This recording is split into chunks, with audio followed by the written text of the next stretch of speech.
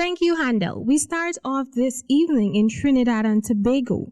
Trinidad Guardian reported that as police confront a sustained wave of violent crime in Trinidad and Tobago, some 23 people have been killed in officer-involved shootings this year. This is a 64% increase over a similar period in 2018. The 23 fatalities occurred in 14 officer-involved shootings, according to the Police Complaints Authority. Over a similar period in 2018, some 14 people were killed in 11 shootings involving police officers. Two incidents in the last several days in Carnage and Enterprise has triggered the debate about whether police are being too heavy-handed in dealing with suspects. This allegation is oftentimes leveled by the same people who ask police to help stamp out crime and criminals in their neighborhoods. In one high-level profile incident that warranted a visit by the Prime Minister, Dr. Keith Rowley, 3 people were killed and 4 others, involving a police officer, were wounded last Friday during a shootout between Western Division officers and residents of Big Yard, Carnage. Residents said 14-year-old Naomi Nelson was killed, and the PM's godson was among those injured. Some Carnage residents pointed fingers at a so-called Rouge police officer whom they said was responsible for Friday's incident. They claimed that the police were worse than criminals.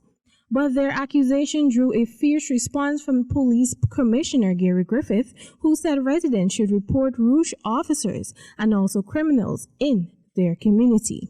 Still in Trinidad, this time Trinidad Express reported a concussion of sexual enhancement pills, alcohol, and energy drinks that was consumed by a 52-year-old man before embarking on a sex romp with a prostitute is believed to have been the cause of his death at a guest house in Chase Village on Friday night.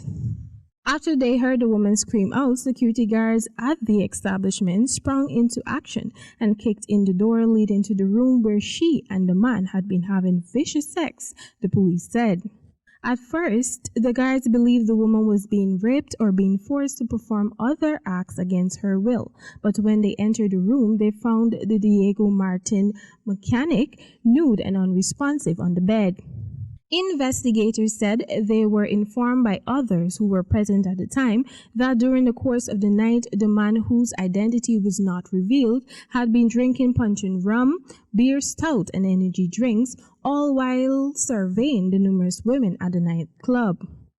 Sometime later, he made his selection of a darkie before consuming a number of pills. He then paid a sum of cash to the woman, after which they then proceeded to a room in the upstairs portion of the building, according to the police.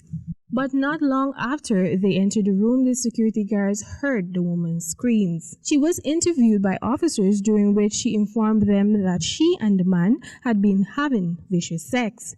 However, the woman said she found it strange that while on top of her, the man suddenly stopped moving, tapping for breath. And finally, a sad story coming out of New York.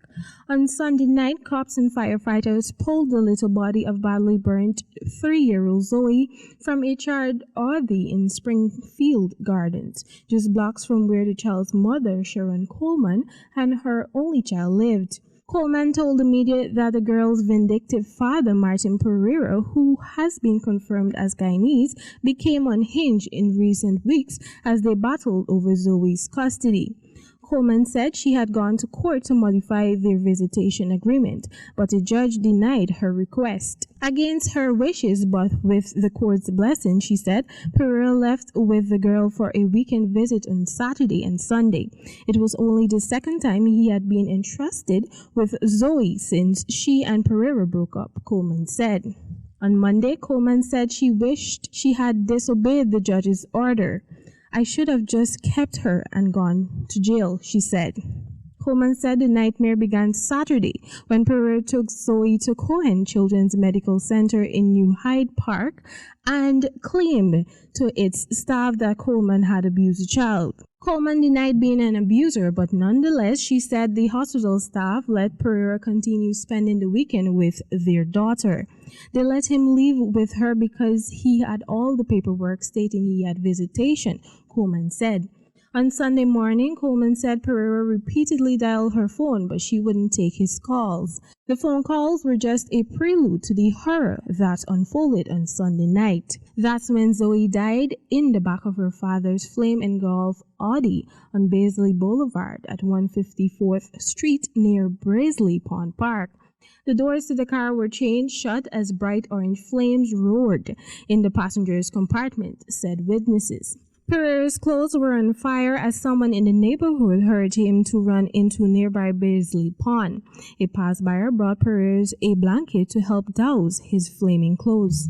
The fire was so hot the car door handles securing the chains melted, enabling rescuers to get inside. They rushed Zoe to Jamaica Hospital in a police vehicle, but she could not have been saved. First responders found 2 gasoline canisters in the car and a propane tank in the trunk, sources said.